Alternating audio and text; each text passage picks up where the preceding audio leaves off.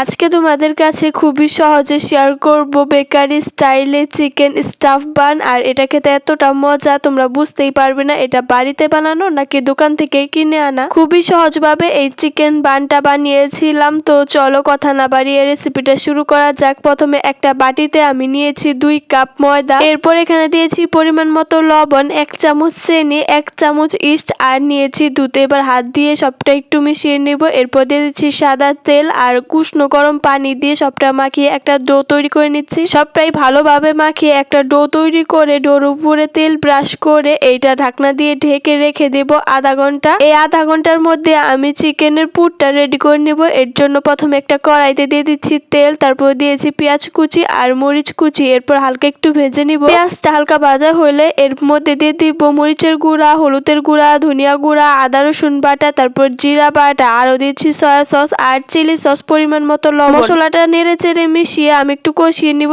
মশলা কষানো হয়ে গেলে আগে থেকে যে চিকেনটা আমি ছোট ছোট করে রেখে দিয়েছিলাম ওই চিকেনটা দিয়ে নেড়ে চেড়ে নিচ্ছি। চিকেনটাও হালকা কষিয়ে এরপর এর মধ্যে দিয়ে দিব পানি, তারপর ঢাকনা দিয়ে ঢেকে একদম শুকনো শুকনো করে ভাজা ভাজা করে চিকেনটা নামিয়ে নিব। খুবই সহজভাবে কিন্তু চিকেন বানের জন্য চিকেনটা রেডি করে নিয়েছি। এ পর্যায়ে কিন্তু চিকেনটা হয়ে গিয়েছে। এরপর আমি একটা বাটির মধ্যে তুলে নিব। আধা ঘন্টা পর আমি বাটিটা খুলে নিচ্ছি আর দেখো ময়দাটা ফুলে কতটা ডাবল হয়ে গিয়েছে। এরপর আমি ময়দাটা মেখে ভিতরে সব বাতাসটা বের করে নিব। ময়দার ডোটা কিছুটা সময় ভালোভাবে হাত দিয়ে মথে নিয়েছি। এরপর এখান থেকে 3টা লিচি কেটে 3টা রুটি বেলে নিব। আমরা যেভাবে রুটি বানাই ঠিক ওইভাবে রুটি বেলে নিয়েছি, তবে আমি তেমন একটা রুটি ভালো বানাতে পারি না, তাই 3টা রুটি আমি এক সাইজের করতে পারিনি। যেভাবে পেরেছি ওইভাবে আমি রুটি বানিয়ে নিয়েছি। তো যাই হোক, একটা রুটি বানিয়ে এর এক সাইডে আমি দিয়ে দিচ্ছি চিকেনের পুর। আর দেখো চিকেনের পুরটা কতটা সুন্দর হয়েছে আর খুবই কালারফুল হয়েছে, দেখতেও কিন্তু খুবই সুন্দর লাগছে আর খেতেও কিন্তু মজা হয়েছিল। আমি কিন্তু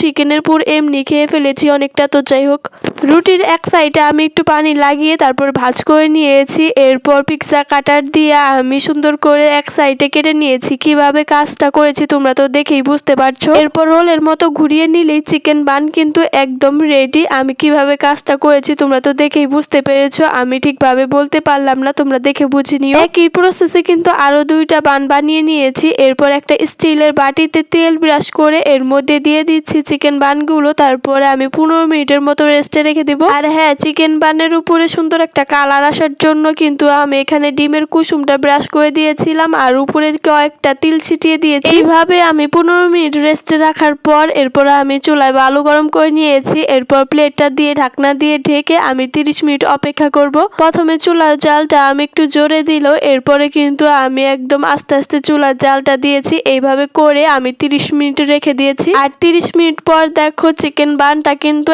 একদম পারফেক্ট ভাবে হয়ে গিয়েছে। আমি ভেতরটাও কিন্তু ভেঙে দেখিয়ে দিয়েছি, খুবই নরম তুলতুলে হয়েছে। চিকেন স্টাফ বান খেতেও কিন্তু অনেক বেশি মজা। তোমরা বাড়িতে ট্রাই করো। আল্লাহ হাফেজ।